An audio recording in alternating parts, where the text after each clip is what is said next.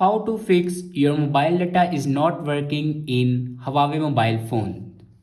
So let's start the video. First of all, open settings and then click on mobile network.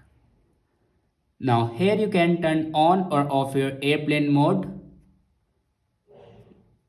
After turning on or off your airplane mode, then check your network connection will work properly or not.